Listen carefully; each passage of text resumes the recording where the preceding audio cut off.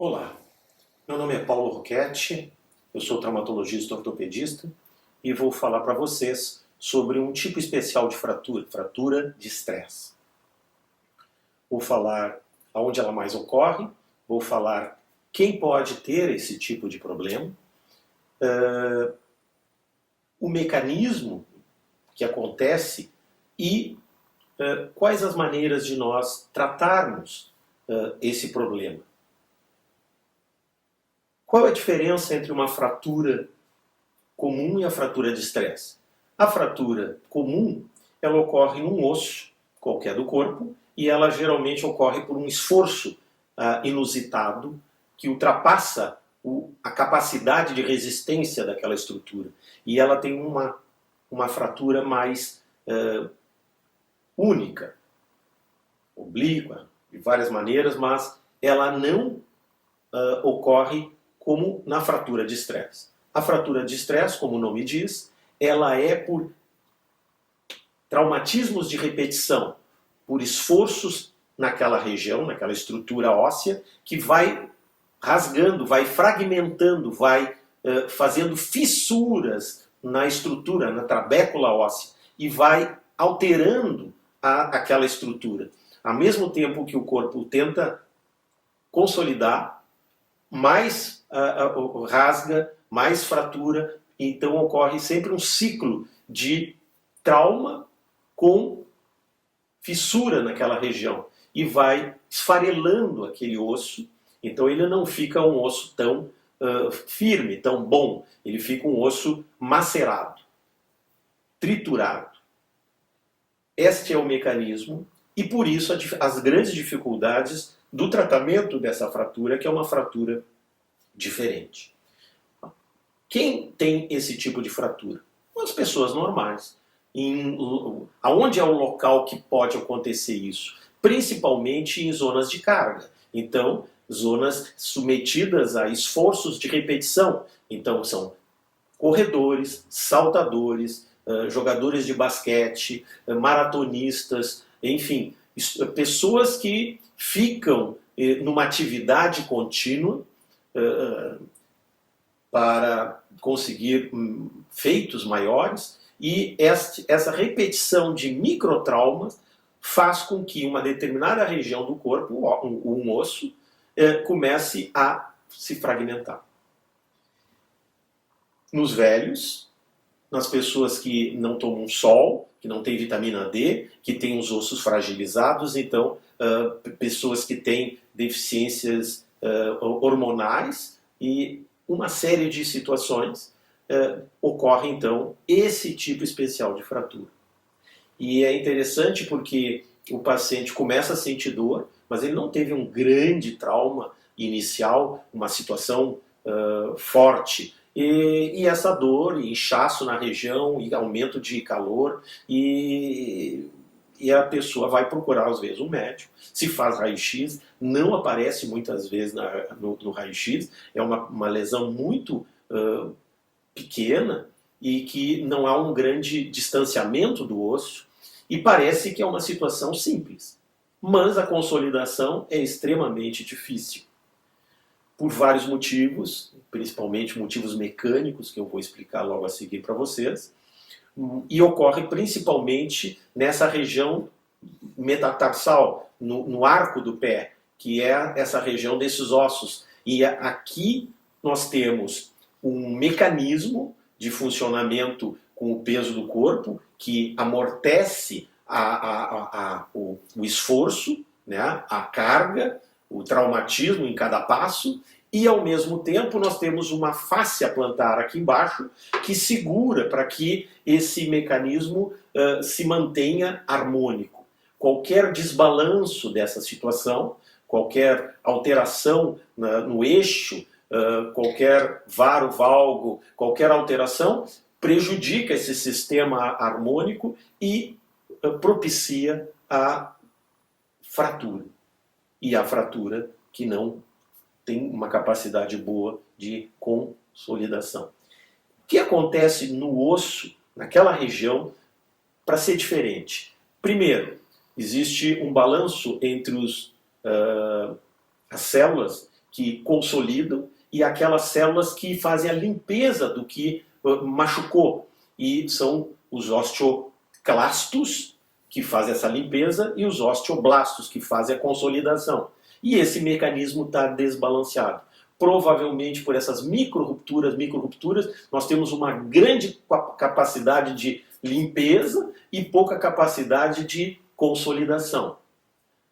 Uma outra maneira de eu explicar isso é o seguinte: se você tem que colar um azulejo quebrado, e se você põe cola e deixa paradinho aquela região, você tem uma cicatrização, uma consolidação no outro dia. Aquele araldite que demora uma noite. O que acontece se você faz a mesma cicatrização, faz a limpeza das bordas, que é importante, aproxima, põe a cola, e o que acontece?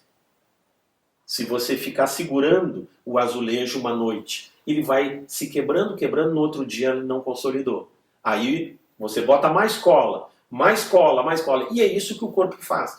Ele está sempre tentando cicatrizar, mas está sempre quebrando, por causa do mecanismo de funcionamento do osso. Geralmente aqui no pé nós temos um mecanismo que, por mais imobilização que você coloque no pé, ele sempre tem pequenas movimentações. Vou mostrar para vocês agora essas imagens que mostram a região dos metatarsianos, na frente do pé, atrás dos dedos. Aqui é o arco do pé, a zona dos ossos que fazem, funcionam como um amortecedor. Esse amortecedor é firmado por uma fáscia. Essa fáscia, cada vez que você põe o peso no corpo, essa fáscia segura esse arco e não deixa ele se esborrachar, porque ali passam vasos, nervos, uma série de estruturas importantes dentro do pé. Então, esse mecanismo de arco e de corda é um eficiente mecanismo de absorção de impacto, absorção de força, mas também ele serve muito também para nós fazermos uma impulsão, e a impulsão na marcha, a impulsão do pé, mas também foi utilizado no século XVIII por índios flecheiros no Brasil, que utilizavam esse mecanismo eficiente para atingir as aves e caçar nas alturas. Então, dessa maneira, eles conseguiam atingir grandes alturas com essas flechas. O que acontece quando nós quebramos uma parte desse arco? É difícil de fazer um conserto nesse tecido flexível. E aqui acontece a mesma coisa. Nos dedos metatarsianos, na frente do pé, essa cicatrização se dá muito difícil. Aqui nós temos um caso de uma paciente feminina de 55 anos que foi num shopping, caminhou a tarde toda e no final do dia, quando ela voltava para casa, desceu da escada de um ônibus e passou a sentir dor na frente do pé, dor no meio do pé.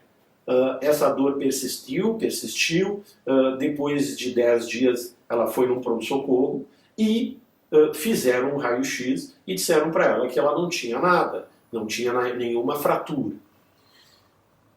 Ela foi para casa, passou um tempo e retornou.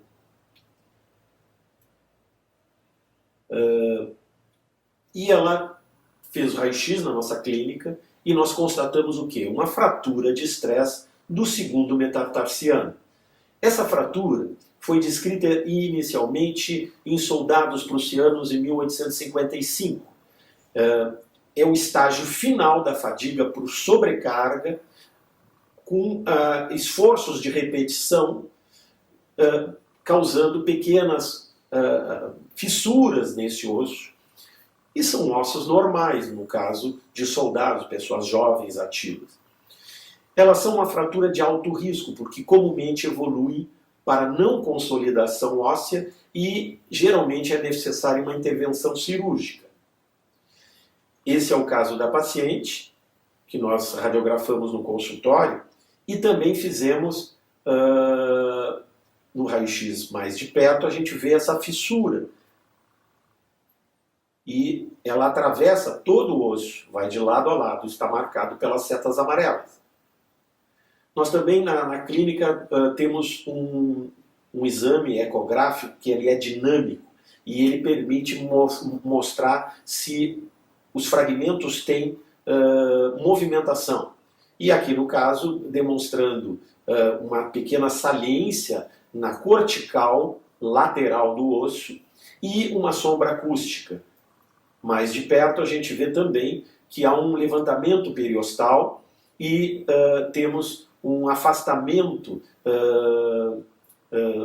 do periósteo em relação ao osso. Então, comprovando que é uma fratura de estresse, é uma fratura que tem movimento naquela região. No caso, nós sabemos que é uma situação mais difícil de consolidação e indicamos o tratamento por ondas de choque.